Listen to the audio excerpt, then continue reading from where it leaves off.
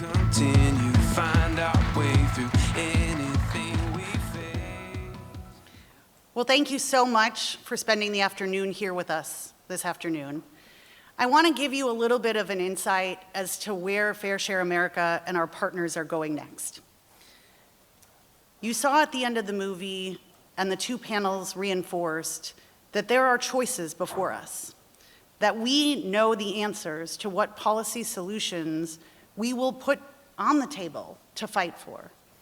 Over the next month, Fair Share America will be hosting regional meetings with our organizing partners all across the country. And we anticipate that over 400 state-based organizations will join us in one of 3 cities to help craft that agenda.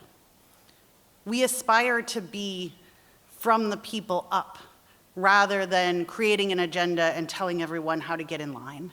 And we try to live that by inviting folks into the process, whether they're an individual or an organization or an institution.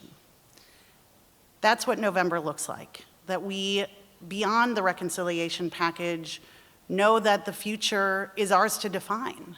And we remain hopeful, but we're not naive, that if we want the thousands of people who have been in the streets and shown up at our town halls to stay in this process and to stay in this fight, it has to reflect what they need in their day-to-day lives.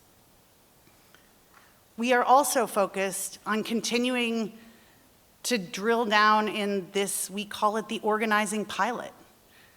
We hear every day that individuals want meaningful roles in our movement. They will march, yes, but they want to do more. They want to be in relationship with their neighbors. They want to be in person. They will show up online for Zooms, but they are craving physical connection, where they can talk about how hard life is, where they can collectively create strategies to take on the villains in their local community. And so we're going to continue to pilot and train the leaders that Ben talked about that are signing up to be part of a movement. We remain curious. I've been doing organizing for 30 years, and I would be an idiot if I stood before you and said, I know exactly what we all should be doing right now. I think the number one thing that we need to be doing is listening and following the leads of the people who are the hope for how we get out of this mess. There is a majority of the American public that is united on taxing the rich. I started working on tax campaigns over 15 years ago when you could not say that you were about taxing the rich.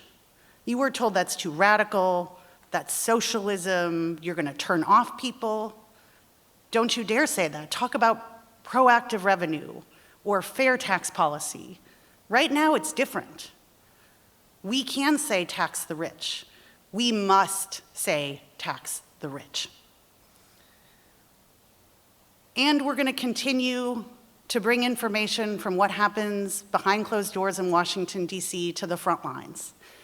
Because as the impacts of the one ugly law become real at the community level, we have to make sure that there are consequences.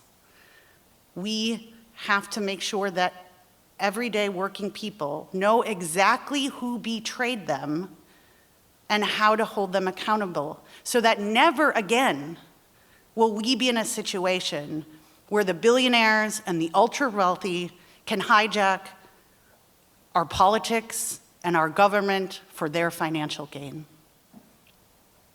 As you leave today, we're gonna invite you to stop and have a drink, meet some of the wonderful panelists, our team.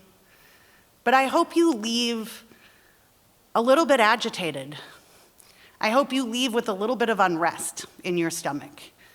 And I hope that when you see the stories of what is really happening in communities all over this country, you ask yourselves, your institutions, your neighbors, and your community, am I doing enough to meet this moment? Am I digging deep enough to take enough risks to take on the whole system? Because we hear time and time again that the system is big and it is hard. And we also see in the data, and we see in the town halls, that there are more of us than there are of them. So I invite you to stay in this fight, stay hopeful, because it is the human side that keeps us hopeful and keeps us fighting. And continue to push for a future that is possible. We know the solutions. And over the next years, we are going to continue at Fair Share America with our state partners and our federal partners to push like hell to deliver a world where every family can live with dignity and opportunity and wages and health care that they deserve. So thank you so much for being here.